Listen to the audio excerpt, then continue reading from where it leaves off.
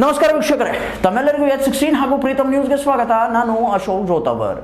ಇಂದಿನ ಪ್ರಮುಖ ಸುದ್ದಿ ಎಲ್ಲಿ ಅದಪ್ಪ ಅಂತಂತಂದರೆ ಬೆಳಗಾವಿ. ಮೊನ್ನೆ ನಾವು ಒಂದು ಸುದ್ದಿ ಮಾಡಿದ್ವಿ. ಅದೇನಪ್ಪ ಅಂತಂದರೆ ಒಬ್ಬರು ಬಾಲಕಿಯನ್ನು ಥಳಿಸಿದ್ದಾರೆ, ಹಿಗ್ಗಾಮುಗ್ಗ ಹೊಡೆದಿದ್ದಾರೆ ಅಂತ ಹೇಳಿ.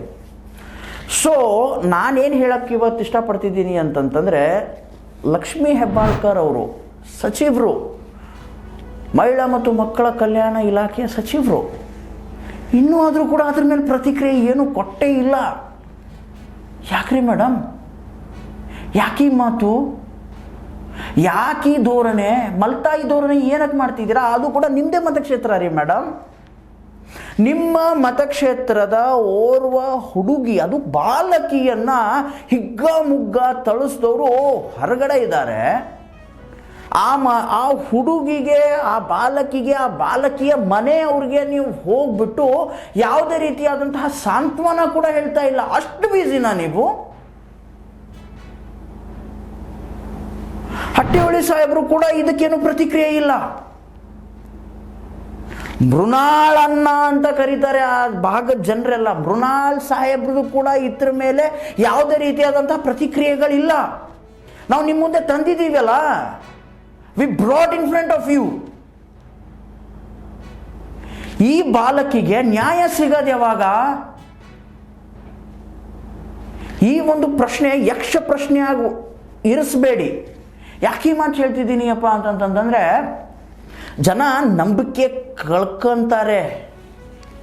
ಜನ ನಿಮ್ಮ ಮೇಲಿಟ್ಟಿರುವಂತಹ ಅಪಾರ ಭಕ್ತಿ, ಅಪಾರ ನಂಬಿಕೆಯನ್ನು ಕಳ್ಕೊಂಬೇಡಿ.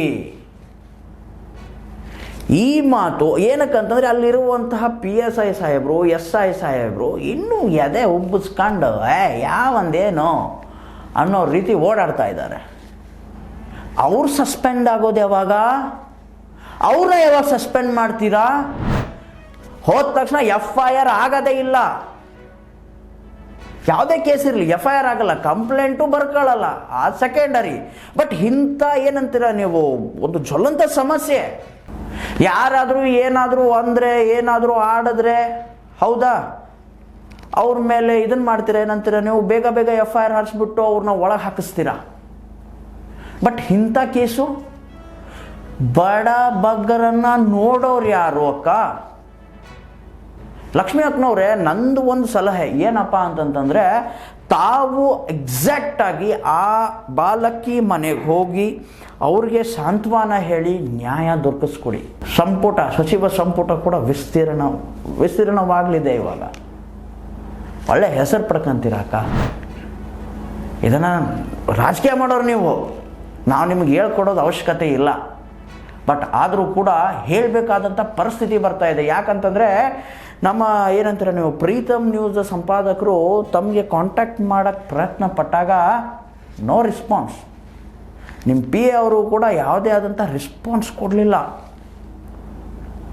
ಮತ್ತು ಮೃಣಾಳ್ ಸಾಹೇಬರು MP ಎಲೆಕ್ಷನಲ್ಲಿ ಸೋತಿದ್ದೀನಿ ಅಂತ ಹೇಳಿ ಈ ಮಲ್ತಾಯಿ ಧೋರಣೆ ಮಾಡ್ತಿದ್ದಾರಾ? ತುಂಬ ಮನಸ್ಸಿಗೆ ನೋವಾಗ್ಬಿಟ್ಟು ಕೇಳ್ತಾ ಇದ್ದೀನಿ ಈ ಪ್ರಶ್ನೆಗಳನ್ನು. ಸೊ ಪ್ಲೀಸ್, ಈ ಒಂದು ಏನಂತೀರ ನೀವು, ಕೇಸ್ಗೆ ತಾವು ಪ್ರತಿಕ್ರಿಯೆಯನ್ನು ನೀಡಿ. ಆ ಬಾಲಕಿ ಮನೆಯವ್ರಿಗೆ ಹೋಗಿ ಆ ಬಾಲಕಿಗೆ ಸಾಂತ್ವನ ತಿಳಿಸಿ. ಯಾರ್ಯಾರು ತಪ್ಪಿತಸ್ಥರಿದಾರಲ್ಲ ಅವರನ್ನು ಒಳಗಡೆ ಹಾಕಿಸಿ. ಪೊಲೀಸ್ ಅವರು ಕೂಡ ಇದನ್ನು FIR ಮಾಡದೆ ಹಾಗೇ ಇದ್ದಾರೆ, ಅವ್ರನ್ನ ಸಸ್ಪೆಂಡ್ ಮಾಡಿಸಿ. ಅದನ್ನು ನಾನು ಕವರ್ ಮಾಡ್ತೀನಿ. On behalf of my news ನಾನು ಕವರ್ ಮಾಡ್ತೀನಿ. ಅದನ್ನು ಅಕ್ಕ ಒಳ್ಳೆ ಕೆಲಸ ಮಾಡಿದ್ದಾರೆ ಅಂತ ಹೇಳಿ ಕವರ್ ಮಾಡ್ತೀನಿ, ಎದೆ ತಟ್ಕೊಂಡು ಕವರ್ ಮಾಡ್ತೀನಿ ನಾನು. ಸೊ ಇದಾಗಿತ್ತು ಈ ಹೊತ್ತಿನ ಸುದ್ದಿ. ಇನ್ನಷ್ಟು ಸುದ್ದಿಗಳಿಗಾಗಿ ಸದಾ ಫಾಲೋ ಮಾಡ್ತಾ ಇರಿ H16 ನ್ಯೂಸ್ ಹಾಗೂ ಪ್ರೀತಮ್ ನ್ಯೂಸ್. H16 ಇದು ಸತ್ಯದ ಕೈಗನ್ನಡಿ. ಧನ್ಯವಾದ.